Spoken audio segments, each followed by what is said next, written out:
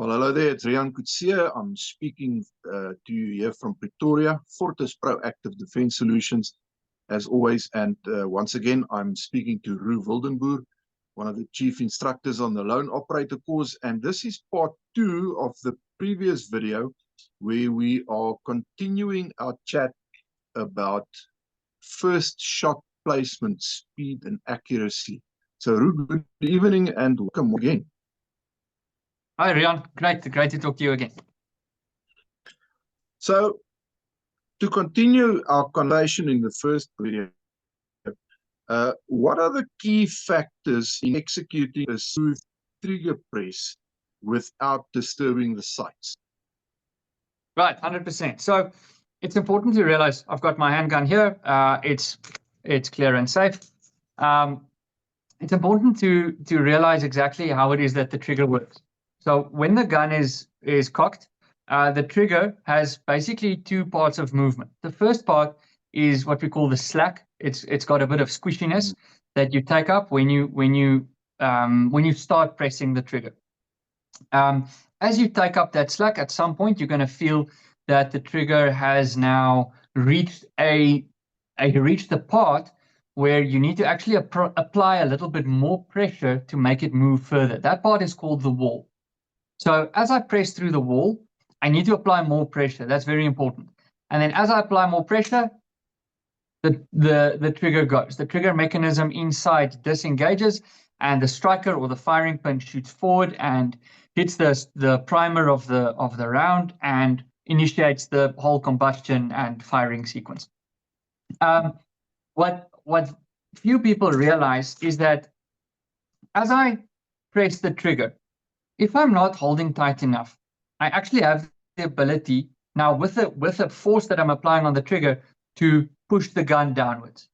Because as we said previously, the gun tends to rotate around the tank. So as I'm pressing the trigger, if my grip isn't correct, I can actually disturb the sights forward or downward a little bit. So this is where the support hand grip comes in, because my support hand is actually the countering force to that downward movement that wants to happen as I'm pressing the trigger.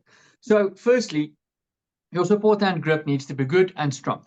As I press the trigger then, the gun, because I'm holding very tightly with my support hand, cannot move down. The front sight cannot be disturbed downwards. What needs to happen then is, especially for beginner shooters, I need to take up that little bit of slack, and as I get to the wall, I mustn't jerk that wall. I mustn't take up the slack, get to the wall, and then decide to all at once apply all of the pressure that my finger can apply and break through that wall. Because in that instant, even though my support hand is holding as tightly as it can, in that instant, if I decide to what we call slap the trigger, if I do that, then I can, in that instant, push down the front sight. Now, I'm exaggerating it for the camera, but as I take up that wall, as I take up the slack, get to the wall, if I decide to take it all at once, I can drop the front sight. Not necessarily because I'm anticipating the shot or trying to fight recoil. It's really because I'm just too eager to break through that wall. So the wall break is something that takes only a little bit more pressure than what was used to take up the slack. A lot of people take up the slack and then they multiply that amount of force by 10 and then pull through the wall in a very aggressive, very aggressive way, and that can also disturb the sight. So breaking through the wall, getting the wall to break, actually takes just a little bit more pressure than it does to take up the slack. So I've said that. But now, once you've fired the shot, the slide is going to cycle. Okay. In this position, the gun cannot fire again, right? The trigger is pinned all the way to the rear. See what I just did? I pinned the trigger all the way to the rear, even though the gun was cycling. Now what I do is I let the trigger go only up until what we call the reset. So I do not, and at this point, at the reset, I'm back on the wall again.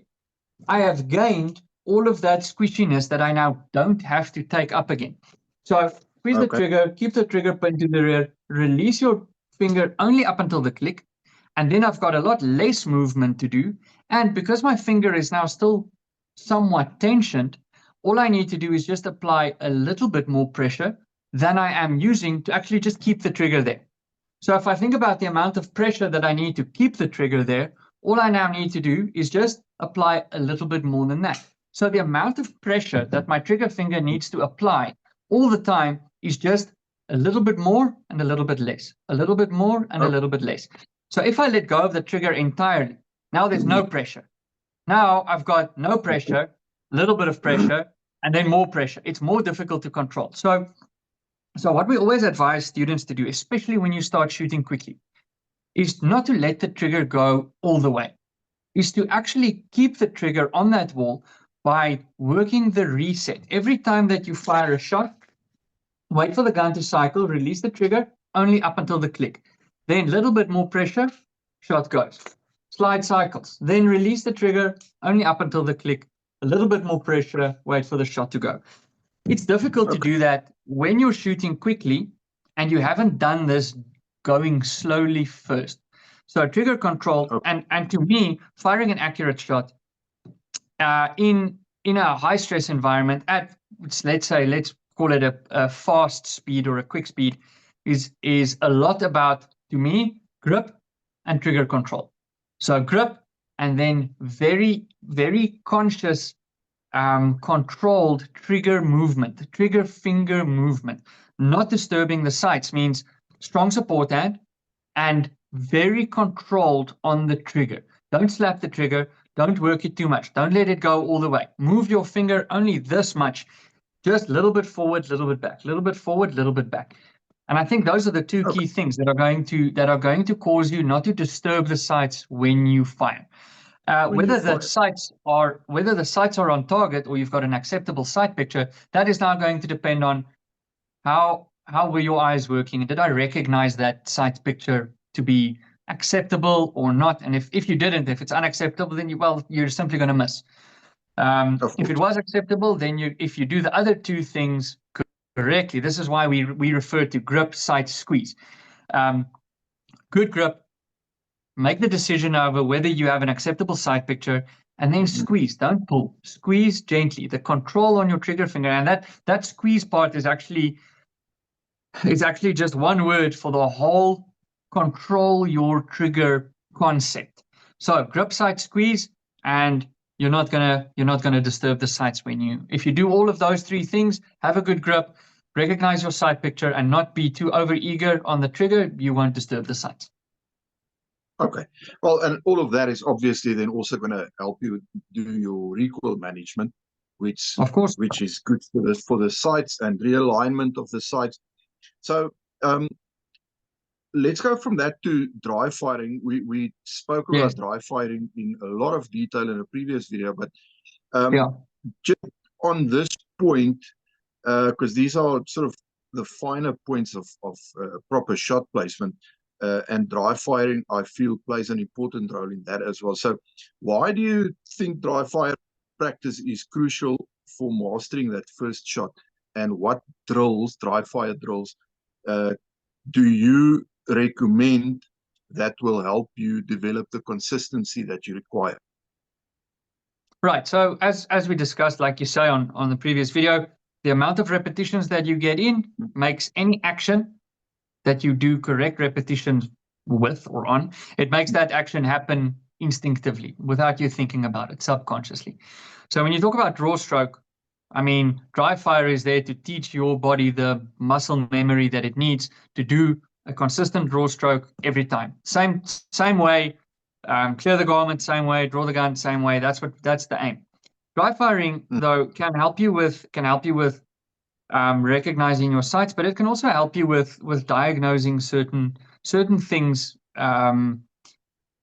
that can go wrong. So what we often try and do, especially with sight alignment, what we often try and teach students is a nifty little trick that I build into my dry fire regime.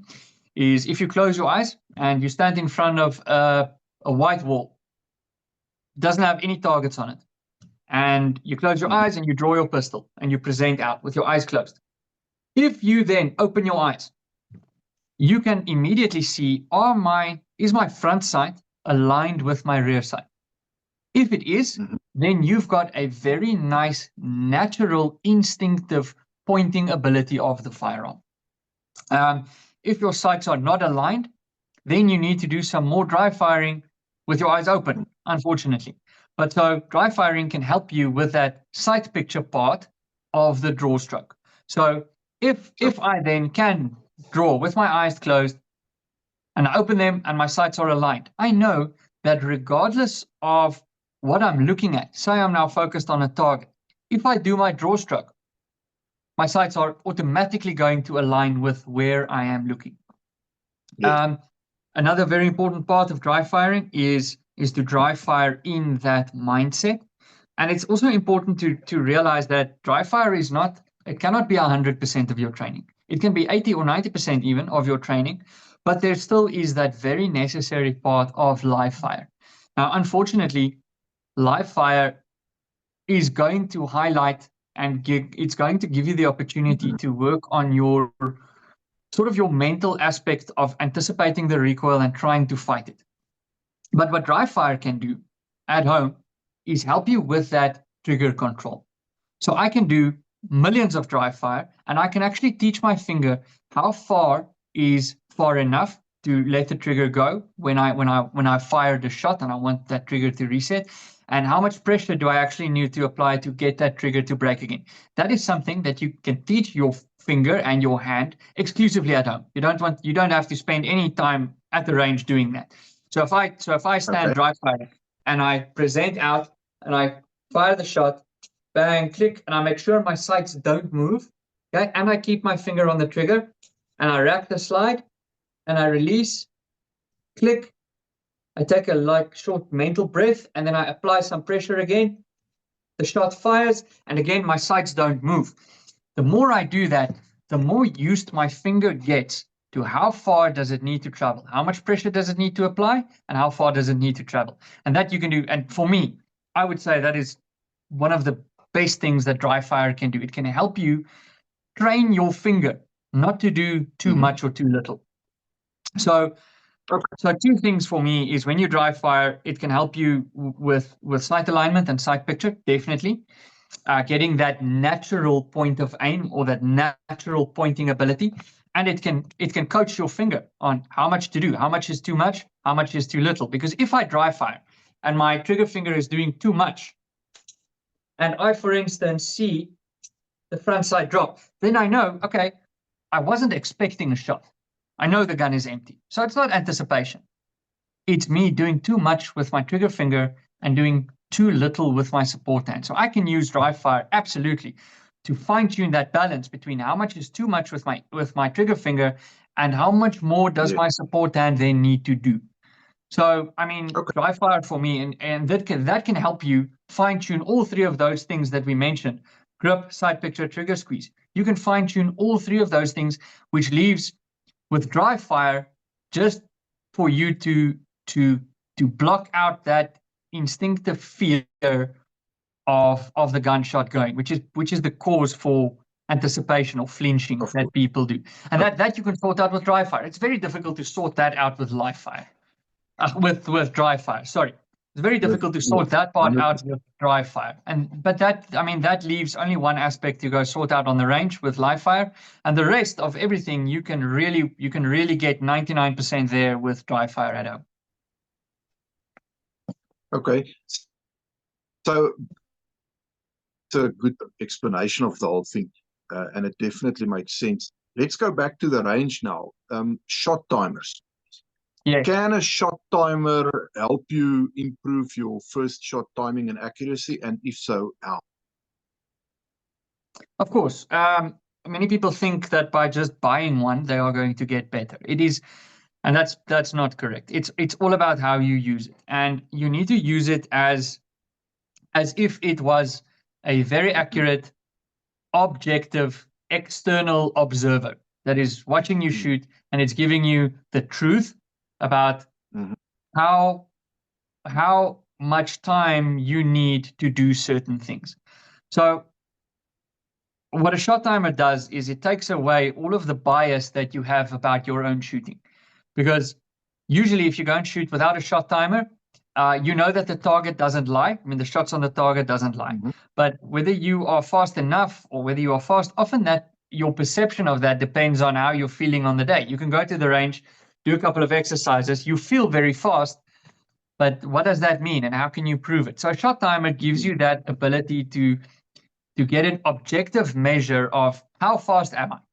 I am this fast. And comparing it to previous performances and previous exercises. So, okay, last week I was this fast. Now today, all of a sudden, I still feel fast, but the timer says I'm half a second or a second slower. Holy crap. What does that mean? Mhm. It means that often you are misinterpreting your feeling. I mean, you've just had a good day at work, you're feeling good, you do an exercise and you feel very fast. But are you actually? So it takes away all of the mistakes that you make about your own shooting. That to me is very valuable because now I can do exercises and I can write down, okay, I was able to put 5 shots on target in a certain amount of time. Now I can Yes. use that as my standard. Next time I'm on the range, I go and I know this was my performance last time. It had an element of accuracy and an element of speed. So now I can compare my performance on the range on the next exercise, and I can also track my improvement. So I can say, okay, Yeah. well, my goal, if I do a build, let's say 6 shots at a certain distance on target. Now I can say, okay, last year this time I was doing a build drill in 3.5 seconds with all shots on target. Now I've put in the work and I was able to track my improvement. And now when I get to the range from cold, first shots I fire of the day, I can do a build drill and put all shots on target in 2.5 or even 2 seconds. That makes me honest. It makes me accountable to my own progress.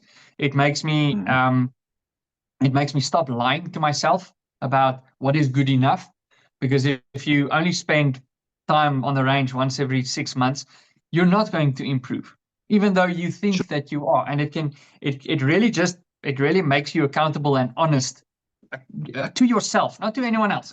It forces you to be honest with yourself about how your shooting is. And combining the shot timer, which gives you an indication of speed and timing, with the shots on the target, I mean that's like marking your own exam at school. You can now track progress, you can see where you've improved, where you need to do some more work. And that, I mean, in that you can identify what does need more work. Do I need more work on accuracy, or do I need more work on speed? So no, I think it's Yeah. one of the best tools that you can invest in, other than Okay. ammunition, to improve. Okay. Absolutely. Great stuff. And then last but not least, I want to talk about varying distances and conditions. Uh, is it necessary to adjust your first shot technique to varying distances and varying conditions? Yes, it is absolutely. Absolutely. I like to simplify the whole distance issue to just relating your sight picture to a target size.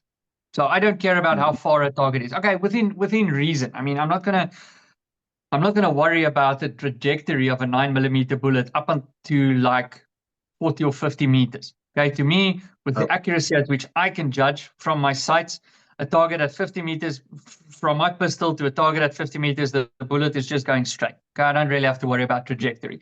So bear in mind, yes, the 9mm bullet will fall with far distance, 100 meters and so on. But to me, any target from where I'm standing to the target distance, say about 50 meters, it just boils down to Mhm. target size. That's really it. So I try and cancel out of my mind any reference to distance. All that distance does is it just decreases the size of your target. So I can simulate distance by shooting a very small target, even close. And that's what we Okay. do. But that's what we do with a plucky shoot. If I do a plucky shoot, Yeah. I'm simulating distance by shooting a very small target close. That means I don't have to go out to a 50 or 100-meter range to aim precisely. So I try and simplify everything to a target size. That's the thing.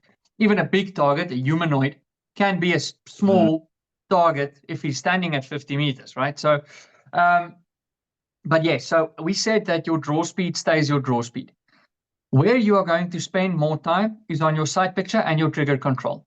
if I need to engage a target, if I need to shoot a target that's either high risk, so like a bad guy standing next to an innocent person or a bystander, I'm going to spend more time on deciding whether my sight picture is acceptable. So that means I'm going to give myself that half a second or a second extra, just doing a little bit of a feedback to and fro about, is my front sight really in line with my rear sight? Like, is it really? Yes, it is. Can I make it a little bit more accurate? And then as well with the equal sides, is my front sight really in the middle of my two rear sight posts? Like, is it really? Can I make it? And that takes half a second to a second. So I'm going to give myself some more time on the target that is smaller. With my trigger control as well, I'm going to be much gentler and slower on the trigger with a target that's smaller. With a big target, I can allow a lot a less acceptable sight picture. Like my sights can be more distorted, and I can still with confidence say I'm going to hit the target. But with a close target, I can also work the trigger with a little bit more vigor.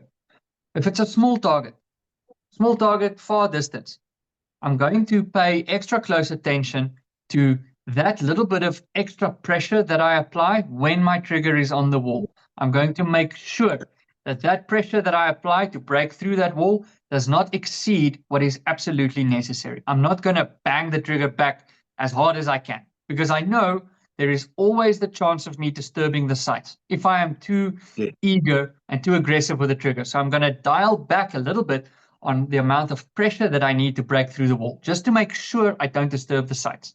So sight picture, more perfect.